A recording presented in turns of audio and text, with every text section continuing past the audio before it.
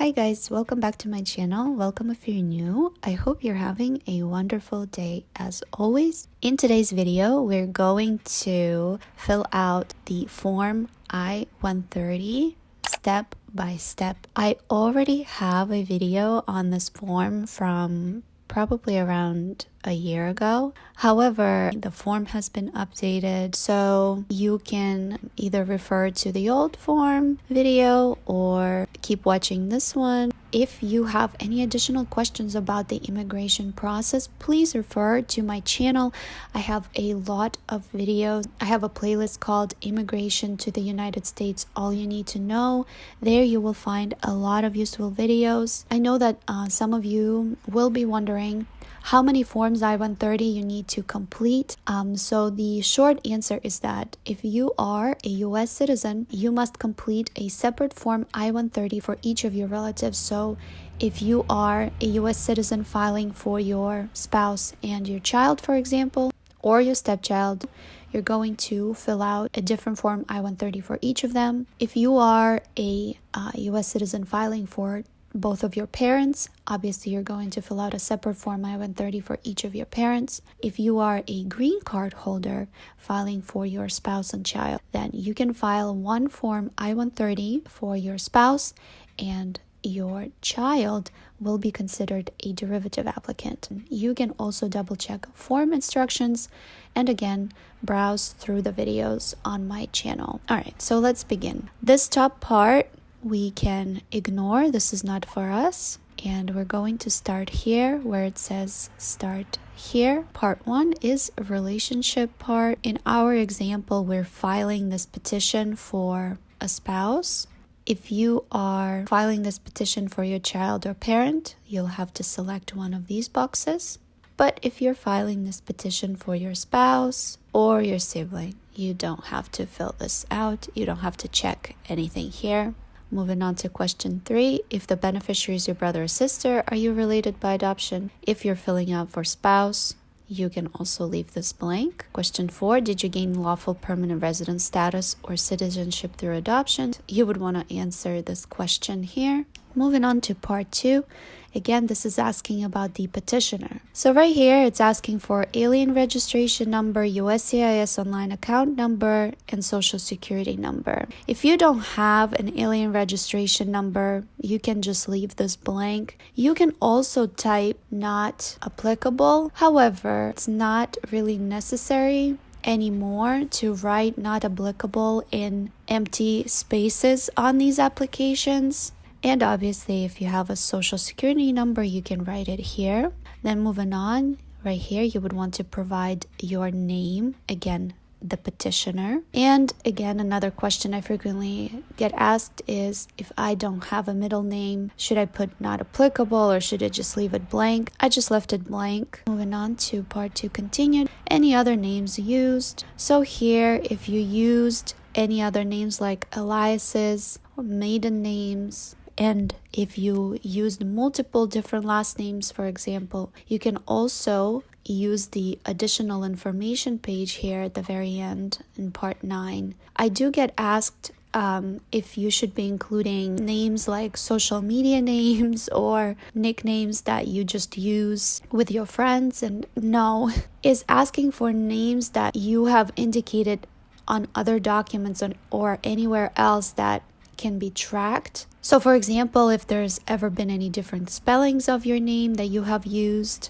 on records or with any agencies, that this is where you would write those. So if that doesn't apply to you, you could just say not applicable, or again, you can leave this blank.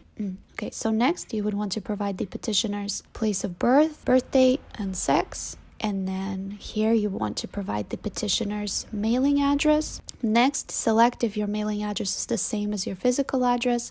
So physical address just means where are you currently residing. A lot of people typically reside in the same place that their mailing address is. However, if your mailing address is different, then you would click no and move on to this part right here and fill in your physical address where you actually live. However, if it's the same, you can leave this blank and you don't have to fill it out under physical address 1. I also get asked, for example, if your mailing address is a PO box instead of an actual address. So right here, you would just write in care of name. So your name, for example, and then right here on street number name, you can write PO box, whatever it may be, and then where it is located. So moving on again to address history, this is asking to provide physical address for the past 5 years. So you want to provide your current address first, if it is different from mailing address in the previous items. So physical address 2, this is where you would indicate an address where you've lived prior to your current address.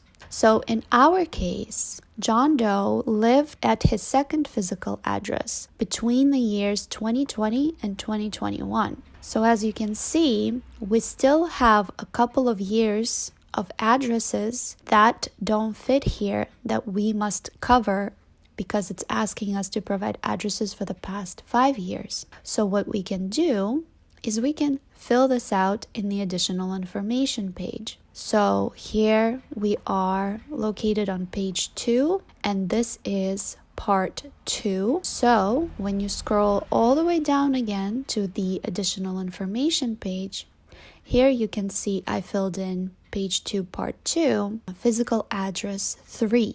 So this is the address that John Doe lived at prior to the year 2020. So you can fill this in here, and don't forget to write date from and date to. Moving on. So after you fill out the physical address history, you're going to move on next section, marital information, how many times you've been married. So John Doe's been married once and he's currently married, which makes sense because we're filing this for our spouse. Date of current marriage, you put here when the current marriage occurred and where, place, city or state, or if it happened in another country, then you can fill this out as well. Moving on, names of all your spouses. So here you would want to provide the information on your current spouse first, and then any other prior spouses. So because we're filing this application for our current spouse, let's say her name is Jane Doe. This is the petition for her, so this is where we will write her. And then date marriage ended. Again, you can either leave this blank or you can put not applicable. And John only has ever been married once right here to Jane, and he's never had any prior spouses. So right here, we're just going to say not applicable. However, again, if the petitioner has ever been married in the past to anybody else, you can indicate this here.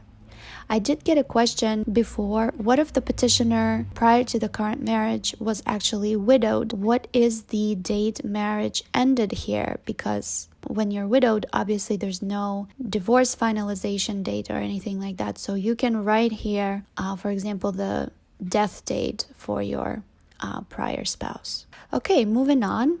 Information about your parents. So this is asking again about the petitioner's parents.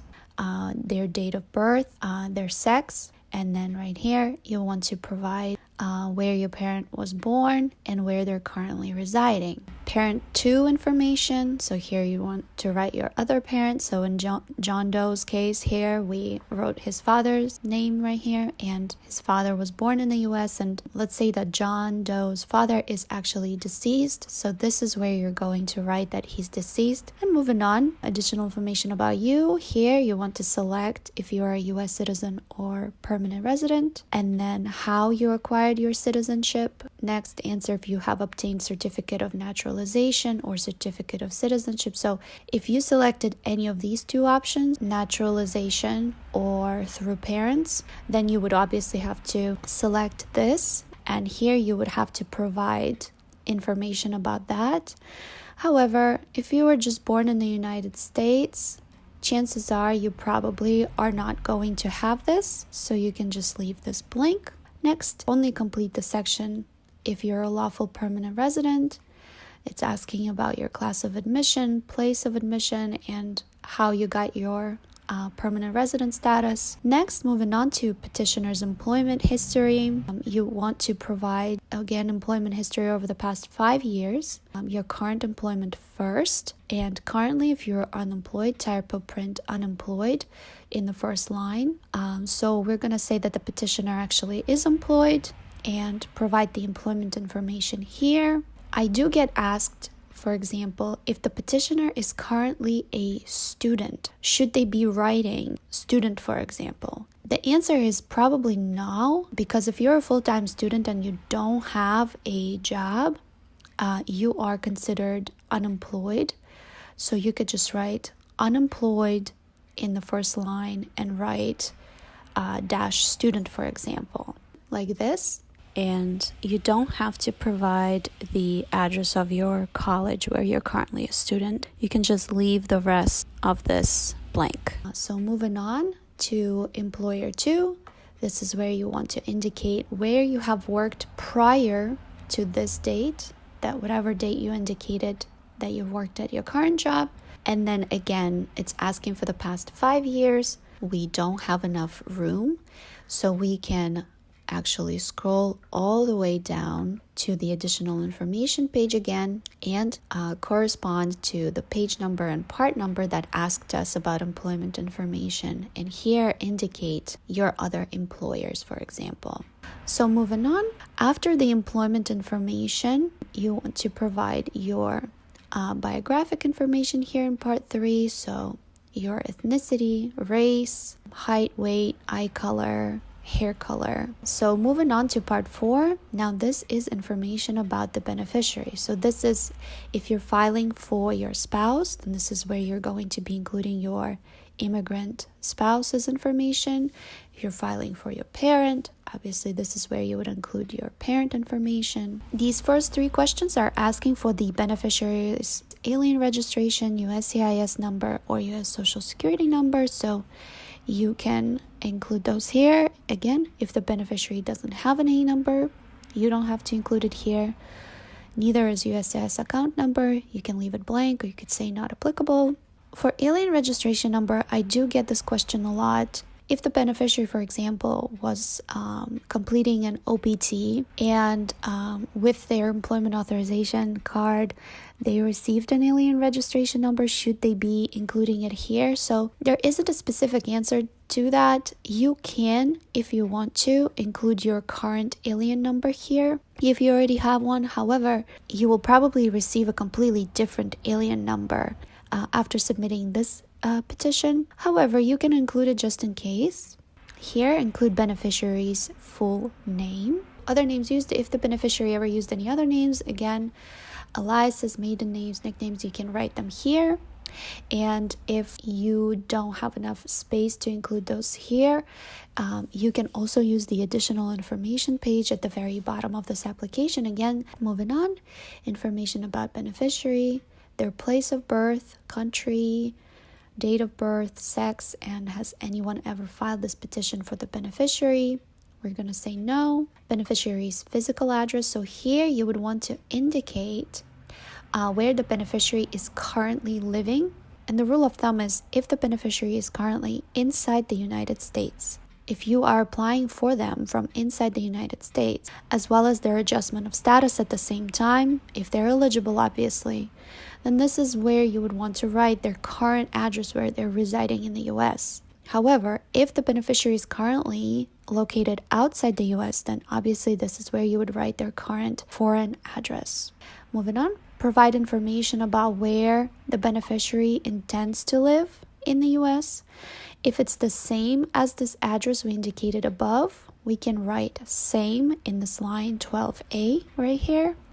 Next, provide the beneficiary's address outside the United States if different from before. So I did get asked, for example, if the beneficiary is just a visitor or an international student in the US and they're currently in the US, however, should they be writing their address here, their foreign address here? So if the beneficiary is an immediate relative of a US citizen, then chances are your application will probably, then you are eligible to submit your adjustment of status application and everything from inside the United States, and this address is really not going to matter. So you can leave this blank really if you don't feel like it applies to you. However, again, if you're filing this petition for your relative that is outside of the United States right now, and this is where you wrote their outside address, then you can fill out this section with the address where your relative is planning to live in the US. And then in this line, you would write same if their foreign address is the same as the address they currently indicated here. So moving on, don't forget to provide the beneficiary's phone number here, daytime phone number here, and mobile phone number here. I mean, if they're the same, that's perfectly fine. You can repeat the same number twice, and the beneficiary's email address. Next, moving on to beneficiary's marital information. So in our case, we're going to say that Jane Doe has actually been married twice. So she's currently married. And here you want to indicate date of her current marriage, where the current marriage occurred. Here in the later section, you want to provide information on all beneficiary spouses. Again, you want to provide the information on the current spouse first, and then any other previous spouses. So John Doe is going to be first, again. And date marriage ended is not applicable because they are still married, and this is a spousal petition. And here on spouse 2, you can indicate names of prior spouses. So say, for example, Jane was married to Jack Smith before, and here you want to write when that marriage ended. So this is the date that would be on the court documents, on the divorce decree, when your divorce was finalized. Okay, moving on to the section about beneficiary's family. So right here, you're asked to provide information about the beneficiary's spouse and children. So again, under person 1, you want to indicate current spouse once again, even if we already wrote them here in the spousal information. Next, moving on, any other children. So we're going to say that Jane actually has a child from previous marriage with Jack Smith. So here, want to write, for example, her child's name, relationship, obviously, date of birth, and where the child was born. So in this example, Jane's daughter, Anastasia, is actually going to be John Doe's stepchild. So in order for Anastasia to immigrate, John Doe will also have to submit a separate I-130 petition for this child as well. If John Doe was a green card holder, for example, then we wouldn't need to submit a separate petition, but that can come at a later section. Any other persons, so if there's any other children, then you would include them in these sections here. Moving on, beneficiary's entry information. Was beneficiary ever in the United States? So we could say yes. If the beneficiary is currently in the United States, then you would need to complete these sections. However, if they're not currently here, you don't have to fill this out. So I did get questions before, for example, I'm filing for my mother or father or my sibling or my spouse even that visited me before, but right now they are located outside the United States. Should I be completing this section? And the answer is no. However, if the beneficiary is currently located in the United States, then obviously you want to fill out this information. And this is asking for the most recent arrival. When did the beneficiary arrive most recently, as listed on their I-94, for example? So you want to write your class of admission. And the class of admission is the type of visa that you held. If you click this arrow here, you will see all of these different types of visas. And Jane Doe is an F1 academic student. Form I-94 arrival departure record number. So you can obtain this number by going to the DHS CBP website. So if you just Google Form I-94, it will take you to the page where you can obtain it. You're going to have to input your first and last name, your date of birth, your passport information. This is where you would obtain your I-94 number. Date of arrival, again, this is asking about the date of most recent arrival to the United States. And date of authorized stay.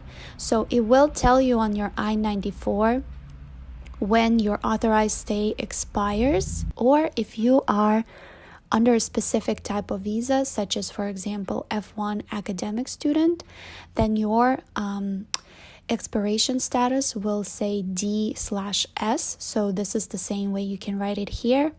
And again, if you're not able to complete any of this information in the Adobe Reader, you can fill it out with a black pen later on after you print out this form. Next, include the passport number, travel document number if you have one. If you don't, you can just leave this blank. I do get asked if travel document number is the same as visa number, and the answer is no. Travel document number is an alternative to a passport number. Sometimes people travel or come from countries that don't have a passport. This happens in rare cases, and you can leave it blank if you don't have it. Obviously, country of issuance of your passport or travel document and date of expiration. Moving on to beneficiaries' employment information, even if they are employed outside the US. And then if beneficiary is currently unemployed, type or print unemployed. So we're going to say that Jane is currently unemployed. Moving on. Additional information about beneficiary. Was beneficiary ever in immigration proceedings? So this is asking if beneficiary ever was in removal, rescission, deportation proceedings, or any other judicial proceedings related to immigration. Then you can answer yes or no. If none of these apply, then obviously answer no. But if you answered yes, select which one and indicate where these proceedings were occurring. Moving on. So if the beneficiary's native written language does not use Roman letters, type or print his or her name and foreign address in their native written language. So you can indicate this here. However, just to let you guys know that this is most likely for beneficiaries who are currently located outside of the United States, because this is good information for them to have if they ever transfer your application to the local NVC or embassy in your home country. But it doesn't hurt to include all the information that they're asking for just in case. So we can include it here if needed. And again, this is only asking if your native written language doesn't use Roman letters. So Roman letters means English letters. So if your native written language is English, Spanish, French, Italian, then you don't need to write anything here. However, if your native written language is like Cyrillics or characters like Korean, Chinese, Japanese, or Sanskrit, then here you can include that information. Moving on. If filing for your spouse, provide the last address at which you physically lived together. If, for example, you are filing for your parent or sibling, you can obviously leave this completely blank. However, for the spouse, this is asking for the most recent address at which you physically resided. And for us, this is the same address where Jane and John Doe currently live together. And if you've never lived together, then you could just say never lived together in this line here, 59A. I do frequently get asked, what do I write here if, for example, my spouse is outside of the United States and I sometimes visit them in their home country? Would that consider living together? And the question is no. Living together means a prolonged period of time residing there, using this address for work and bills, etc., etc. If you just visited each other for a short period of time, then no, it doesn't constitute living together. Moving on, if the beneficiary is in the United States and will apply for adjustment of status or lawful permanent resident at the U.S. Citizenship and Immigration Services Office, then provide it here. So if currently the beneficiary is inside the U.S., then you can here write your nearest USCIS office. If you know what it is, then you can write it here. Or if you don't know what your nearest USCIS office is, then you can just write your current place where you are living, your town and state. That is where you will have your green card in. However, if the beneficiary is currently outside the United States, then you can ignore this section and move on to this section right here. That says the beneficiary will not apply for adjustment of status, but he or she will apply for an immigrant visa abroad at the U.S. embassy or consulate.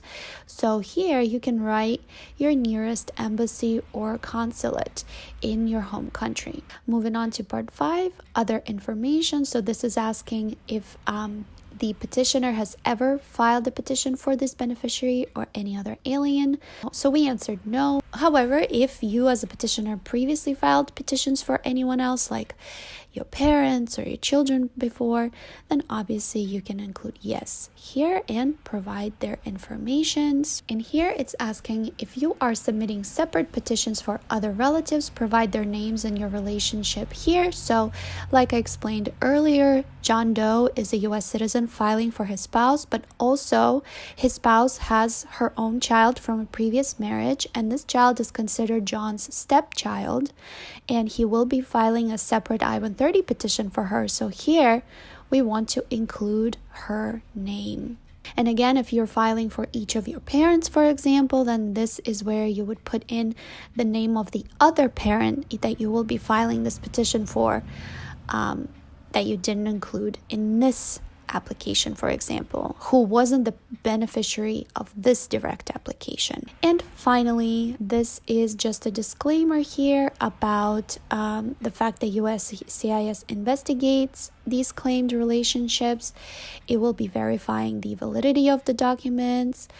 It talks about the penalties of what can happen if you lie on the application. And for example, if you're petitioning for a spouse and you don't have a bona fide marriage relationship, then and you entered marriage just for the purposes of immigration, this talks about the repercussions of that. Part 6 is the statement, contact information, and declaration and signature. So obviously here you want to write if you, as a petitioner, submitted it yourself, you can say, I can read and understand English. And here you can indicate that. Or if somebody translated and helped you translate, interpret this document and fill it out for you, then you can select 1B. And then if anybody else prepared this form for you, you can also check question 2. Right here, don't forget to write what language they interpreted it in. And right here, if you're using a preparer, don't forget to write the name of this preparer and include your contact information, again, phone number, email address, and right here, your signature and date when you signed it. Please don't forget to sign this, because if you don't sign it in ink, the application will get rejected. So you cannot sign this in Adobe. You cannot type your name here. You must print this out and sign it in ink. And finally here, if you did use an interpreter, you can include their information here, and they would have to certify that they are fluent in English and this other language, and then sign. And then if you use the preparer, so somebody who was preparing this petition for you, obviously you can include their information here. Again, if this doesn't apply to you, you can just put not applicable, or you can leave these areas blank.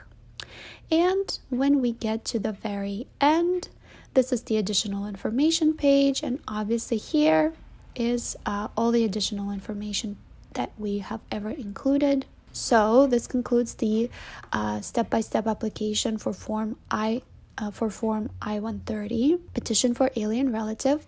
I highly suggest that you check out other videos on my channel.